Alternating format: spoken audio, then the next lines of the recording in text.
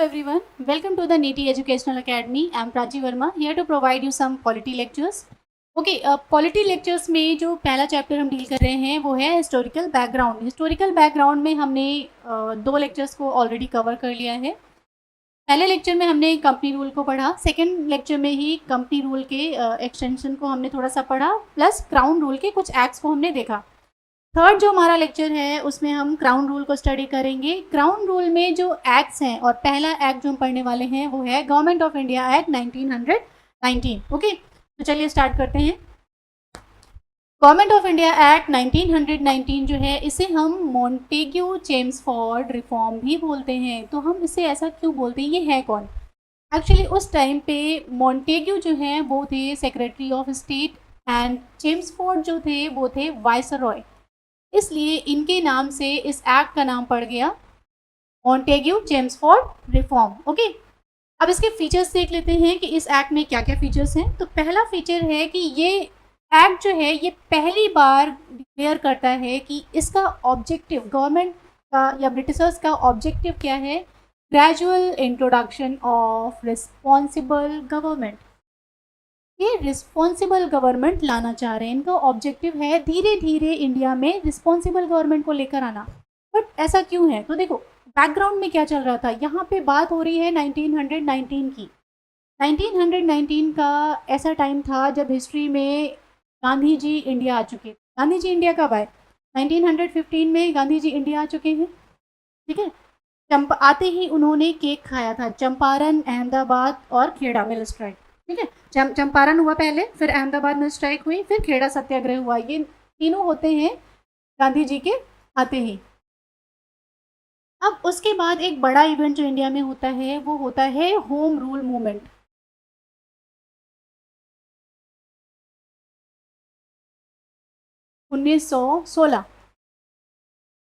Home rule movement Tilak ji और Annie Besant मिलकर करते हैं। तो होम रूल मूवमेंट का जो झटका है ना वो बहुत बड़ा होता है ब्रिटिशर्स के लिए। तो ब्रिटिशर्स क्या सोचते हैं कि इंडियंस जो है वो जागरूक हो रहे हैं, तो कहीं वो ऐसा ना हो कि हमें अपने देश से भगा दें, तो हमें कुछ ऐसा करना होगा कि हम उनका भरोसा जीत सकें। तो ब्रिटिशर्स क्या करते थे ना, हमेशा कैरेट एंड स्टिक पॉलिसी अपनाते थे कि थोड़ा सा लालच दीजिए आप, उसके बाद जब मान जाए इंडियंस तो फिर से पीटना स्टार्ट कर दीजिए।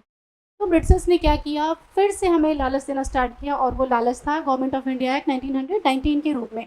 तो इसमें उन्होंने क्या बोला कि शांत हो जाइए आप लोग, हम क्या कर रहे हैं, हमारा ऑब्जेक्टिव ही यही है कि हम धीरे धीरे रिस्पॉन्सिबल गवर्नमेंट को इंट्रोड्यूस करा दें। ठीक है, इंडिया में हम रिस्पॉन्सिबल गवर्नमेंट लेकर आ रहे हैं। और नेक्स्ट इन्होंने क्या किया, तो इन्होंने इसके लिए क्लासिफिकेशन कर दिया एडमिनिस्ट्रेटिव सब्जेक्ट्स को। कहने का मतलब है ऐसे सब्जेक्ट्स जिन पे एडमिनिस्ट्रेशन होना है उनको क्लासीफाई कर दिया दो पार्ट्स में। कौन कौन से? सेंट्रल और प्रोविंशियल। प्रोविंसेस को बोल दिया कुछ ऐसे भी सब्जेक्ट्स हैं जिसपे आप भी लॉज बना सकते हो। ठीक है, अब जो प्रोविंशियल सब्जेक्ट्स को थे उसको भी उन्होंने दो पार्ट में बांटा। दो पार्ट्स में कौन कौन सा? एक ट्रांसफर और दूसरा रिजर्व। इस सिस्टम को क्या बोला गया? इस सिस्टम को बोला गया डेयार्की। अब देखिए ये हो क्या रहा है यहाँ पे। सेंटर में उस टाइम पे कौन था? वायसरॉय थे। ठीक है, स्टेट में कौन होता था या प्रोविंसेस में कौन होता था? तो यहाँ पे गवर्नर्स हुआ करते थे। ठीक, अब क्योंकि इन्होंने एडमिनिस्ट्रेटिव सब्जेक्ट्स को डिवाइड कर दिया था सेंट्रल एंड प्रोविंशियल सब्जेक्ट्स में, तो सेंट्रल सब्जेक्ट्स किसके हाथ में होंगे? वायसरॉय के हाथ में। बट प्रोविंशियल सब्जेक्ट्स जो हैं वो किसके हाथ में होंगे? तो प्रोविंसेस में गवर्नर भी हैं और उसके साथ साथ काउंसिल ऑफ मिनिस्टर्स भी हैं, या प्रोविंसेस में लेजिस्लेचर भी है। तो ये जो सब्जेक्ट्स होंगे वो इनके हाथ में होने चाहिए। लेकिन इसको भी इन्होंने दो पार्ट्स में डिवाइड किया, एक ट्रांसफर्ड और दूसरा रिजर्व। तो ये जो रिजर्व सब्जेक्ट्स है ना, इसको इन्होंने रिजर्व रखा किसके लिए? गवर्नर के लिए। ठीक है, गवर्नर के लिए इन्होंने रिजर्व कर दिया रिजर्व सब्जेक्ट्स को। लेकिन जो ट्रांसफर सब्जेक्ट्स थे, ट्रांसफर सब्जेक्ट्स पे इन्होंने ये बोल दिया कि जो ट्रांसफर सब्जेक्ट्स होंगे ना उस पर नियम जब भी बनेगा तो गवर्नर का हाथ तो उसमें होगा ही होगा, लेकिन गवर्नर काउंसिल ऑफ मिनिस्टर्स से पूछ कर काम करेंगे। और ये काउंसिल ऑफ मिनिस्टर्स किसके लिए रिस्पॉन्सिबल होते हैं? ये रिस्पॉन्सिबल होते थे लेजिस्लेचर की। जो प्रोविंसेस में लेजिस्लेचर होती थी उसके लिए काउंसिल ऑफ मिनिस्टर्स रिस्पॉन्सिबल होते थे। तो यहाँ पे हो क्या रहा है, वाइसरॉय के अंडर में गवर्नर और गवर्नर के अंडर में रिजर्व सब्जेक्ट्स। तो ये रिजर्व सब्जेक्ट्स कहने को है कि प्रोविंसेस को बांटे गए, लेकिन है क्या असलियत, क्या है असलियत ये है कि ये अभी भी वाइसरॉय के अंडर में आते हैं, ठीक है। बट जो ट्रांसपोर्ट सब्जेक्ट्स है उनको कहीं ना कहीं हमने प्रोविंसेस को दे दिया था, हमने कहीं ना कहीं प्रोविंसेस को ऑटोनॉमी दे दी थी उसमें। नेक्स्ट जो इसका फीचर होता है, पहली बार बाईकैमरलिज्म आता है कहाँ पर, सेंटर में। ये पूछा बहुत ज़्यादा है क्वेश्चन में, तो उसको याद रखिएगा। अब बाईकैमरलिज्म का क्या मतलब होता है, बाईकैमरलिज्म का मतलब होता है द्विसदनात्मक व्यवस्था।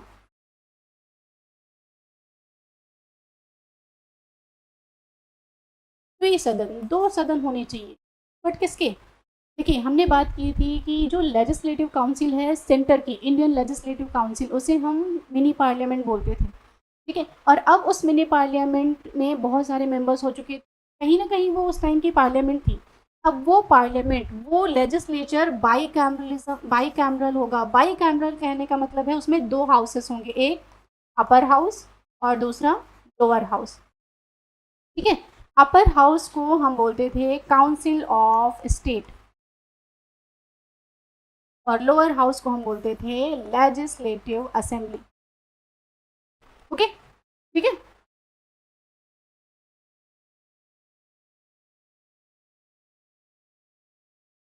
चलिए, अब यहाँ पे ये सेंट्रल लेवल पे ये काम कर रहे हैं, सेंट्रल लेवल पे दो सदन हो गए, एक अपर हाउस और एक लोअर हाउस, ठीक। नेक्स्ट ये क्या करते हैं, तो नेक्स्ट ये करते हैं कि अब ठीक है, आपने दो सदन तो लेकर आ गए, आप दो हाउसेस लेकर आ गए, लेकिन वो जो हाउसेस आपने बनाए काउंसिल ऑफ स्टेट और लेजिस्लेटिव असेंबली का, उसमें इलेक्शंस भी तो कराने पड़ेंगे ना, कैंडिडेट को आप कैसे सेलेक्ट करोगे। तो इलेक्शन अगर आप कराओगे तो वो कैंडिडेट जो होगा उसको कौन चुनेगा या क्या चीज़ें आगे होनी है, उसके लिए इन्होंने क्या किया, एक्सटेंड कर दिया कम्युनल रिप्रेजेंटेशन। अब ये कम्युनल रिप्रेजेंटेशन आपने नोटिस किया होगा कि 1909 में मुस्लिम्स के लिए आता है।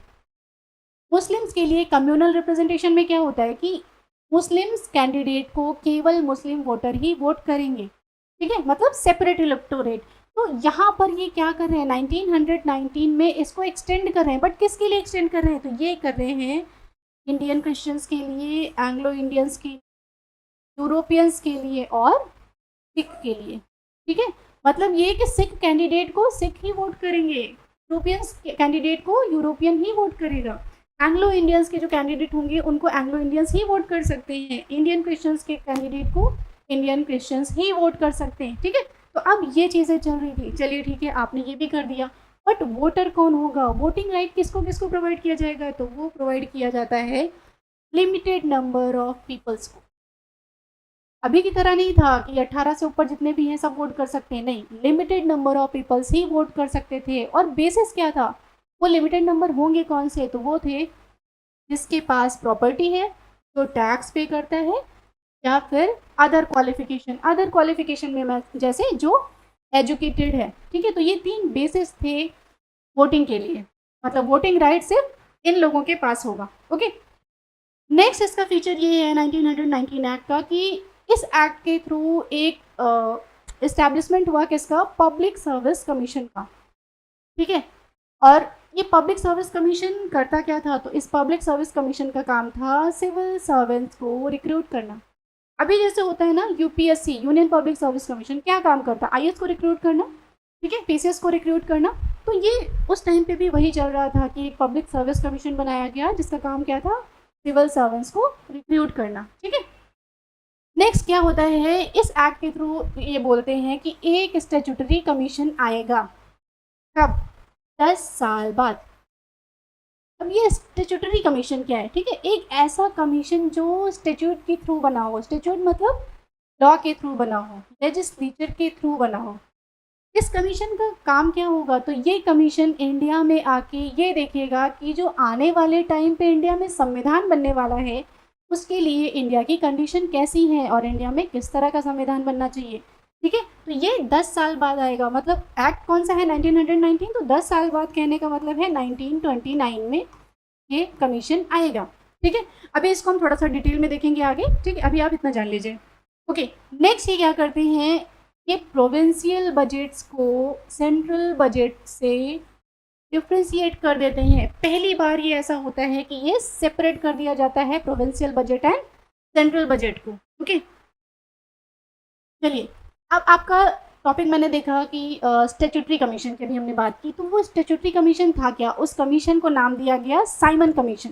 ओके, अब ये साइमन क्यों नाम दिया गया? साइमन कमीशन इसलिए नाम दिया गया क्योंकि ये जो कमीशन था वो 7 मेंबर्स का था, और उसको जो चेयरमैन थे, उसके जो चेयर कर रहे थे वो कौन थे? Sir John Simon. इनके नाम पर पड़ा इसका नाम साइमन कमीशन। ओके, अब ये जो कमीशन आया था इसमें 7 मेंबर्स थे, लेकिन कोई भी इंडियन नहीं था। सारे के सारे मेंबर्स जो थे वो ब्रिटिशर्स थे। अब सोचकर देखिए कि इंडिया का संविधान कैसा बनेगा, इंडिया में क्या क्या इश्यूज हैं, वो सब डिसाइड कौन कर रहा है? तो वो डिसाइड कर रहे हैं ब्रिटिशर्स, इंडियंस डिसाइड नहीं कर रहे हैं। क्या ये बात किसी को भी पसंद आएगी? तो नहीं, ये बात किसी को पसंद नहीं आती। और जितने भी मेंबर्स होते हैं वो सब क्या करते हैं? इस कमीशन का बॉयकॉट करते हैं। ठीक है, अब वो चाहे ऑल इंडिया कांग्रेस रही हो उस टाइम पे, आईएनसी इंडियन नेशनल कांग्रेस रही हो, चाहे हिंदू महासभा रही हो, चाहे मुस्लिम लीग रही हो, सब ने बॉयकॉट किया इसका। ठीक, अब देखिए यहाँ से जो नींव बनती है वो बनती है हमारे संविधान की। ये जानना आपके लिए बहुत ज़रूरी है। अच्छा, साइमन कमीशन के बारे में आपको अगर हल्का फुल्का भी पता हो तो साइमन कमीशन जब आया था तो उस टाइम पे नारे लगे थे, Simon go back, Simon go back, Simon वापस जाओ। और यही वो टाइम था जब लाला लाजपत राय जी को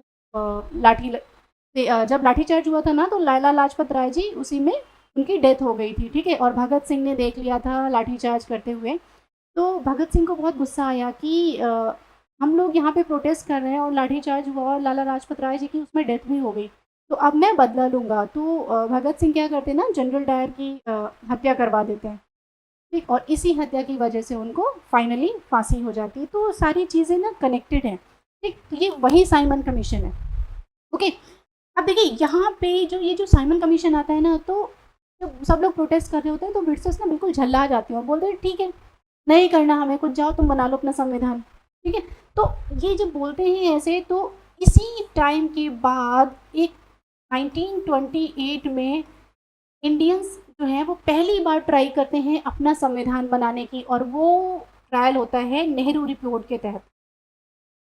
ठीक है, एक रिपोर्ट पेश की जाती है, नेहरू रिपोर्ट। ये पहली बार ट्राई किया जाता है एक संविधान बनाने का। ठीक है, संविधान मतलब बड़े लेवल पे नहीं था, लेकिन छोटी सी एक कहीं ना कहीं कोशिश थी। ठीक है, चलिए, तो ये था आपका साइमन कमीशन। और फाइनली ये साइमन कमीशन जब आता है तो करता क्या है? प्रोटेस्ट होता है तो क्या ये हट जाता है? नहीं, नहीं हटता है, ये अपना काम करता है। फाइनली ये रिपोर्ट देता है 1930 में, और जब ये रिपोर्ट देता है तो उसके बाद उस रिपोर्ट को डिस्कस करने के लिए 3 राउंड टेबल कॉन्फ्रेंसेस बुलाई जाती हैं। आरटीसी के बारे में अगर आपने सुना हो, 3 राउंड टेबल कॉन्फ्रेंसेस बुलाई जाती हैं, और उस राउंड टेबल कॉन्फ्रेंस में काफ़ी डिस्कशन होता है। उसके बाद फाइनली एक कॉन्स्टिट्यूशनल रिपोर्ट बनाई जाती है। ठीक है, वो रिपोर्ट कहाँ पे पेश की जाती है? तो वो ब्रिटेन के कैबिनेट में पेश की जाती है।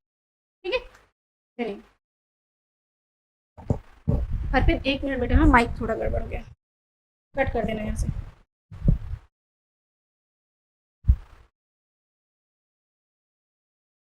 ओके, अब नेक्स्ट टॉपिक जो है वो है कम्युनल अवार्ड। अब ये क्या है? देखिए 1932 की बात है, उस टाइम पे ब्रिटेन के पीएम थे रैमसे मैकडोनल्ड। ठीक है, ये एक स्कीम अनाउंस करते हैं, और स्कीम क्या होती है? ये स्कीम होती है माइनॉरिटीज़ के रिप्रेजेंटेशन। ठीक है, और इसको हम बोलते क्या हैं? इसको बोलते हैं कम्युनल अवार्ड। कहने का मतलब है कम्युनल अवार्ड एक स्कीम है जो रिप्रेजेंटेशन का काम कर रही है, किसके लिए? माइनॉरिटीज़ के लिए। ठीक, अब इसमें ये करते क्या हैं? तो ये इसमें सेपरेट इलेक्टोरेट की बात करते हैं। किसके लिए बात करते हैं? तो ये बात करते हैं डिप्रेस्ड क्लासेस की। और ये डिप्रेस्ड क्लासेस कौन है? Scheduled caste. आप एक चीज़ ध्यान दीजिए, 1909 में इन्होंने क्या किया? मुस्लिम्स के लिए सेपरेट इलेक्टोरेट लाने की कोशिश की।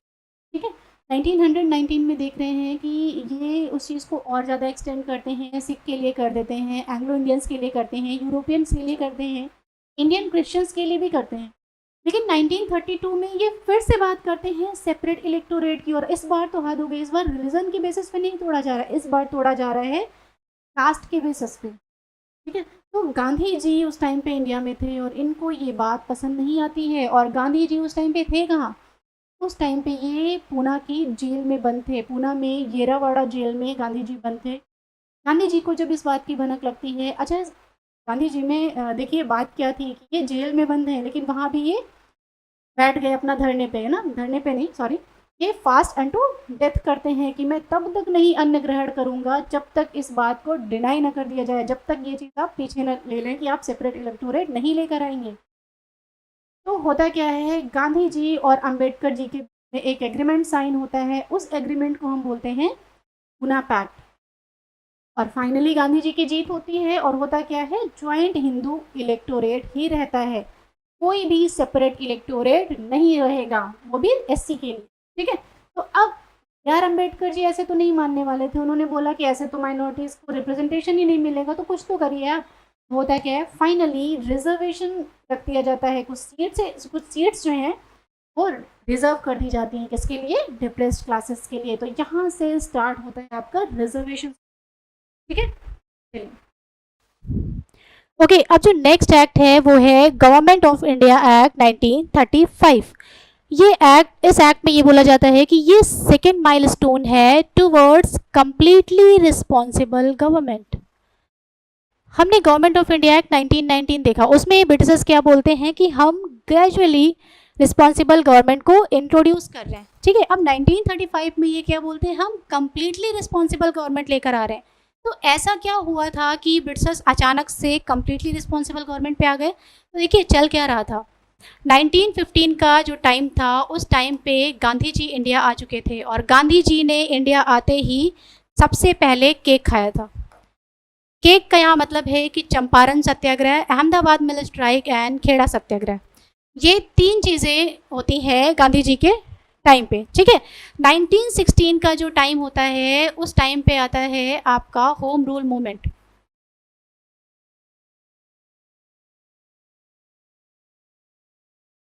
ये एक ऐसा मूवमेंट था जिसमें तिलक जी और एनी बेसेंट जी, ये दोनों लोग ब्रिटिशर्स से होम रूल की डिमांड करते हैं। ठीक है। तो ये जो चीज़ें हो रही थी ना, ये ब्रिटिशर्स के लिए एक बड़ा झटका था। तो ब्रिटिशर्स फिर से उसी फॉर्म में आ जाते हैं और वो क्या बोलते हैं कि हमें इंडियंस को कुछ लालच देना पड़ेगा ताकि इंडियंस अब आज़ादी की डिमांड ना करें या इंडियंस भड़क न जाएं। ठीक है। तो Britishers government of India act 1935 लेकर आते हैं और उसके थ्रू ये क्या बोलते हैं कि हम कंप्लीटली रिस्पॉन्सिबल गवर्नमेंट लेकर आते हैं। ठीक है। अब ये जो एक्ट था ना, वो एक लेंदी एक्ट था और इसमें 321 सेक्शंस हैं, 10 शेड्यूल्स थे। ठीक है। अब देखिए ये जो गवर्नमेंट ऑफ इंडिया एक्ट 1935 है ना, इसका बहुत बड़ा प्रभाव रहा इंडियन कॉन्स्टिट्यूशन पे, तो इसलिए भी हमारे लिए ये बहुत ज़्यादा इंपॉर्टेंट हो जाता है। अब इस एक्ट के हम फीचर्स को देख लेते हैं। तो इस एक्ट में क्या किया गया, कुछ जनरल सीट्स को रिजर्व कर दिया गया, किसके लिए? डिप्रेस्ड क्लासेस के लिए या शेड्यूल्ड कास्ट के लिए। अब ऐसा उन्होंने क्यों किया? हमने इससे पहले कम्युनल अवार्ड को पढ़ा। कम्युनल अवार्ड में हमने देखा कि ब्रिटिशर्स जो हैं वो डिप्रेस्ड क्लासेस के लिए रिजर्वेशन लेकर आते हैं। ठीक है। जो पूना पैक्ट साइन हुआ था ना, वही हुआ था, उसमें रिजर्वेशन दिया जाता है डिप्रेस्ड क्लासेस को। तो उस रिजर्वेशन को गवर्नमेंट ऑफ इंडिया एक्ट 1935 में लागू कर दिया जाता है और इस एक्ट के थ्रू डिप्रेस्ड क्लासेस को कुछ सीट्स रिजर्व कर दी जाती हैं। ठीक है। इसमें एक काम और होता है, विमेन एंड लेबर के लिए भी कुछ रिप्रेजेंटेशन दिया जाता है, स्पेशल रिप्रेजेंटेशन होता है विमेन एंड लेबर का। ठीक है।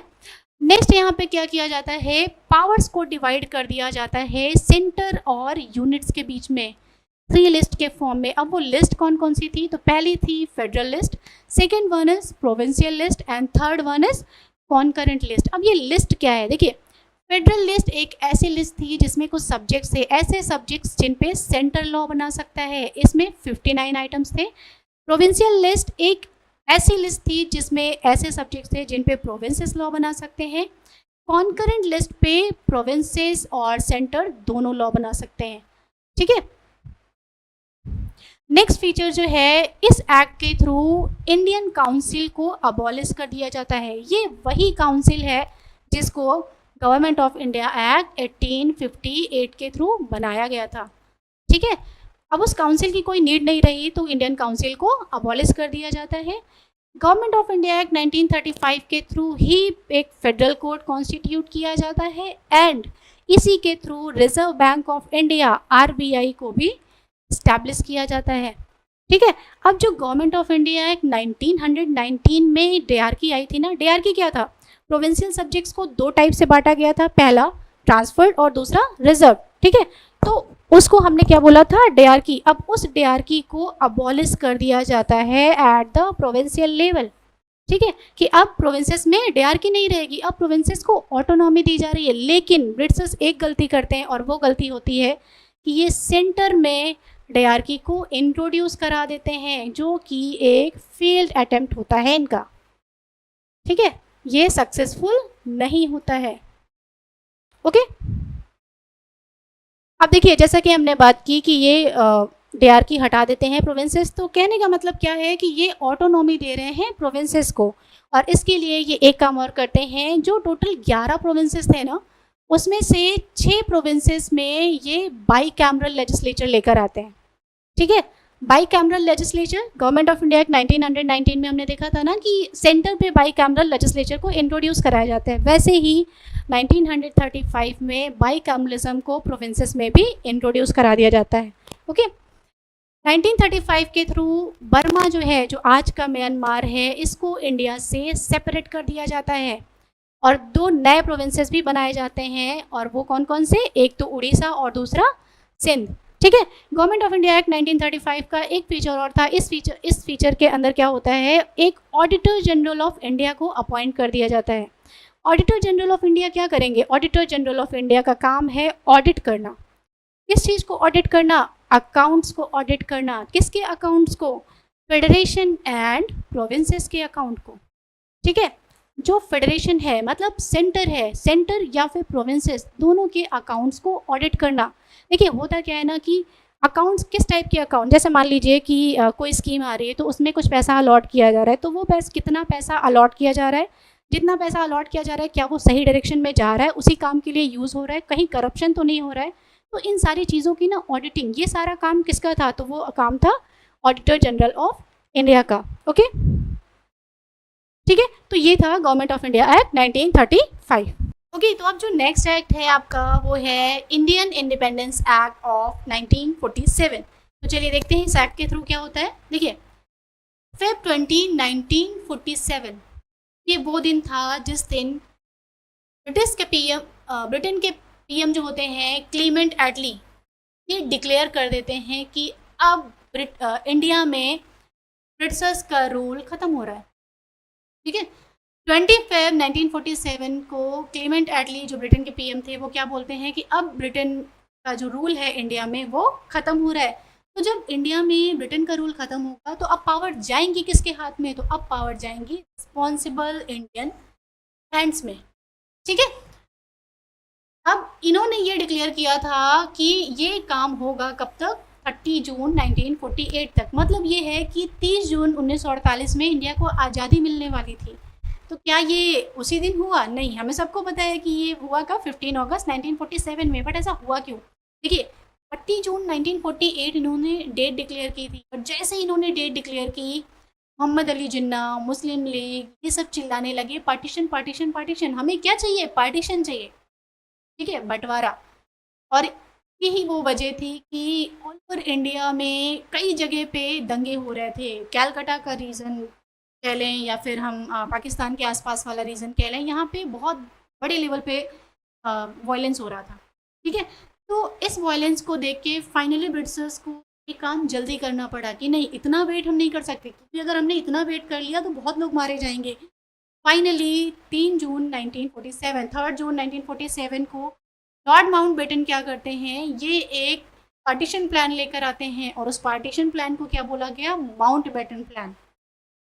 ठीक है, और इस पार्टीशन प्लान के थ्रू क्या हुआ, इंडिया और पाकिस्तान को अलग कर दिया गया, और फाइनली इंडिया 3 अगस्त 1947 में इंडिया जो है वो इंडिपेंडेंट और सोवरेन हो गई।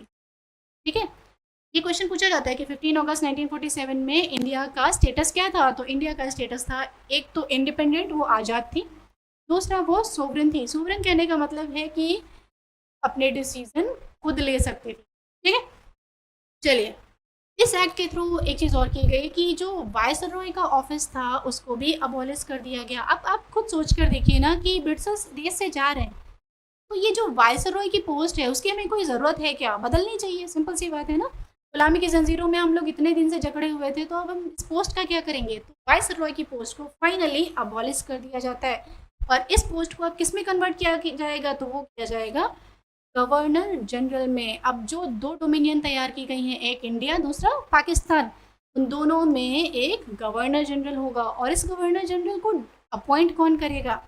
ये जो गवर्नर जनरल जो हैं वो अपॉइंट किए जाएंगे ब्रिटिश किंग के थ्रू। ठीक है, ब्रिटेन के जो किंग होंगे वो अपॉइंट करेंगे गवर्नर जनरल को। ठीक, ओके। अब यहाँ पे जो सेक्रेटरी ऑफ स्टेट थे, इनका भी कोई काम नहीं है, इस ऑफिस को भी अबॉलिश कर दिया जाता है। अब सेक्रेटरी ऑफ स्टेट की पावर किसको ट्रांसफर की जाती है? तो वो पावर ट्रांसफर की जाती है secretary of state for Commonwealth affairs. ठीक है, अब देखिए इंडिया में बहुत सारे उस टाइम पे प्रिंसली स्टेट्स भी थे, बहुत सारे राजा भी थे, तो वो क्या करेंगे बंटवारे के टाइम पे? वो किधर जाएंगे?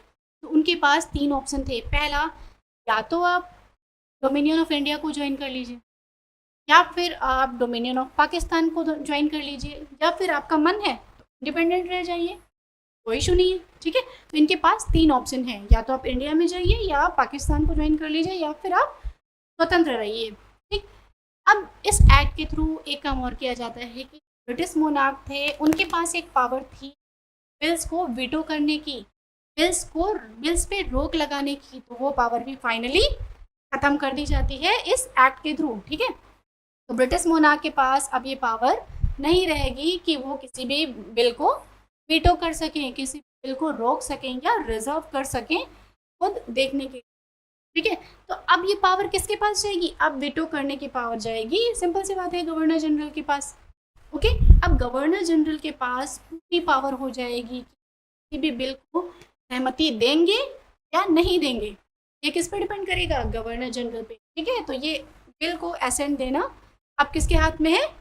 गवर्नर जनरल के हाथ में। ठीक है, नेक्स्ट यहाँ पे क्या होता है, जो एम्परर ऑफ इंडिया का टाइटल था को भी ड्रॉप कर दिया जाता है कि अब हमें इसकी कोई ज़रूरत नहीं, अब इंडिया इंडिपेंडेंट हो गया है। ठीक है, अब देखिए जब साइमन कमीशन आया था ना, तो उसके बाद हमें एक संविधान की जरूरत पड़ी, हमें लगा कि हमें संविधान बनाना चाहिए। जब संविधान बनेगा तो वो संविधान बनेगा कैसे? संविधान बनाने के लिए हमने बनाई एक कॉन्स्टिट्यूएंट असेंबली, एक हमने असेंबली बनाई जो का काम था संविधान बनाना। ठीक है, तो उस कॉन्स्टिट्यूएंसी तो उस कॉन्स्टिट्यूएंट असेंबली को ये पावर दे दी जाती है कि वो चाहे तो फ्रेम कर दे या फिर अडॉप्ट करे किसी भी कॉन्स्टिट्यूशन को। मतलब उसके पास दो पावर हैं, पहला वो जैसा चाहे वैसा कॉन्स्टिट्यूशन फ्रेम कर सकती है, या वो जैसा चाहे वैसा कॉन्स्टिट्यूशन अडॉप्ट भी कर सकती है। ठीक है, और दूसरा काम वो क्या कर सकती है, वो रिपील कर सकती है किसको? किसी भी एक्ट को। अभी तक ब्रिटेन में अभी तक ब्रिटिशर्स जो भी एक्ट लेकर आ रहे थे, 1909 का एक्ट हो, 1919 का एक्ट हो, 1935 का एक्ट हो, या फिर 1947 का एक्ट हो, उसको कॉन्स्टिट्यूएंट असेंबली रिपील भी कर सकती है। ठीक है, नेक्स्ट यहाँ पे क्या होता है, इस एक्ट के को लैप्स कर दिया जाता है British paramountcy over Indian states. अब ये क्या है, ठीक है, इंडियन प्रिंसली स्टेट्स पे ना दबदबा किसका था? ब्रिटिशर्स का था। तो ब्रिटिशर्स ये बोलते हैं कि इस एक्ट के लैप्स ऑफ ब्रिटिश पैरामाउंट रहेगा। कहने का मतलब है कि जब हम इंडिया आए थे ना, तब जैसी सिचुएशन थी, क्योंकि जब हम इंडिया आए ब्रिटिशर्स तो क्या था, सारे राजा रजवाड़े जितने भी थे वो ना बटे हुए थे, टुकड़ों में बटे हुए थे प्रिंसली स्टेट्स। ब्रिटिशर्स ने आके क्या किया था, सबको इकट्ठा कर दिया था और अपने अंडर में ले लिया था। तो ब्रिटिशर्स क्या बोलते हैं, अब से सिचुएशन वैसे ही हो जाएगी जैसा कि हम यहाँ पर आए थे तब थी। ठीक है, यहाँ पर ये चीज़ होती है। नेक्स्ट यहाँ पे क्या होता है, एक इस एक्ट के थ्रू गवर्नेंस प्रोवाइड किया जाता है कि अब ये जो डोमिनियन है ना इंडिया का या पाकिस्तान का, ठीक है, वो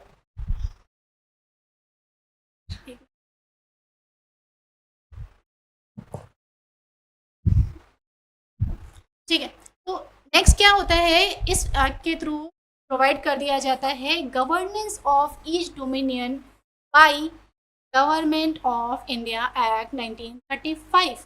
देखिए, अब जो ये डोमिनियन बने हैं ना, चाहे वो इंडिया का हो चाहे वो पाकिस्तान का हो, क्योंकि अभी संविधान नहीं बन पाया है, तो इसका गवर्नेंस कैसे चलेगा, इन डोमिनियंस का गवर्नेंस कैसे चलेगा, यहाँ पे रूल कैसे चलेगा, तो वो चलेगा गवर्नमेंट ऑफ इंडिया एक्ट 1935 के थ्रू।